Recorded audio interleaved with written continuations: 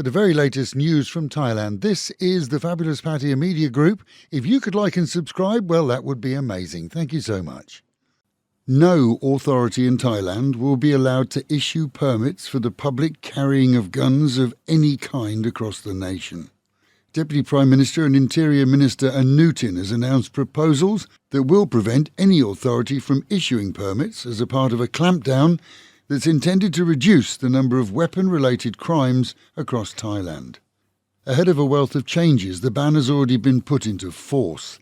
In addition, the import of so-called blank-firing weapons, often converted into live-firing guns, will be strictly controlled, seeing no new importer licences issued, and permits for the purchase or possession of weapons will be limited to licensed shooting clubs and associations.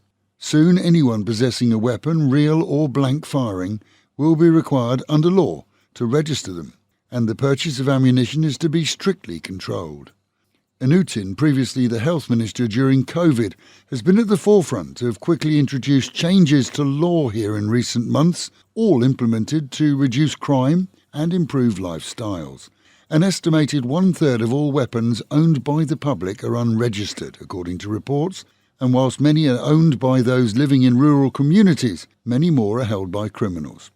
Sadly, though, the changes will simply see them go up in value, and those who are determined to have them will, as has been seen in Western nations with similar laws. Bad news for minimum payers on credit cards in Thailand, as all banks will implement a minimum 8% of balance per month repayment at the start of 2024. The 8% of the balance includes accrued interest, but it's a 37.5% increase on current 5% repayments, and will see many perhaps cutting up their cards, and hopefully, according to the Bank of Thailand, re-evaluating their finances. Minimum payments will rise again at the end of next year, and with credit ratings now a firm feature in Thai finance, low or late payment, as anywhere, will affect future borrowing. Prior to COVID, most card providers took 10% monthly. Police are investigating the death of a Taiwanese man who was found bound and gagged in an hotel room in Bangkok, with reports that the 48-year-old was involved in nefarious activities in his home country and had a criminal record. He was discovered wrapped in plastic sheeting by hotel staff. Initial reports indicate that his attackers had attempted to extract information from him using force, and two men were quickly sought after CCTV captured them leaving the room. Those two men have now been taken in for questioning by police, who believe that the victim had been dead for several days before being discovered. And Thailand's self-made family empire Central Group has purchased London's landmark Selfridges as a part of a major investment. As of today, the majority of shares in the historic department stores, originally founded in London by an American, belong to the family, who now plan to improve and develop the brand.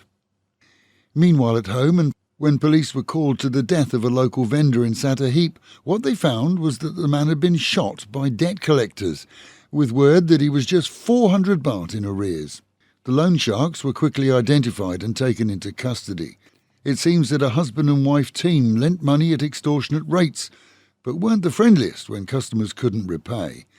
The wife told police she was enraged, as the money she lent out was money that she'd earned.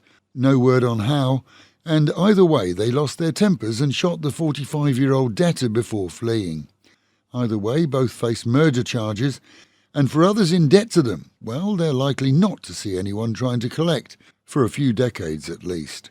Pattaya has seen the start of a 4-day festival of light, Diwali, which goes back thousands of years in India and has been promoted by the Thai Indian associations across the city, seeing great displays of Indian tradition, primarily on the seafront close to Central Road. Today and tomorrow we can enjoy a festival of food and entertainment, and tomorrow too we'll see a weekend lineup of entertainment for all.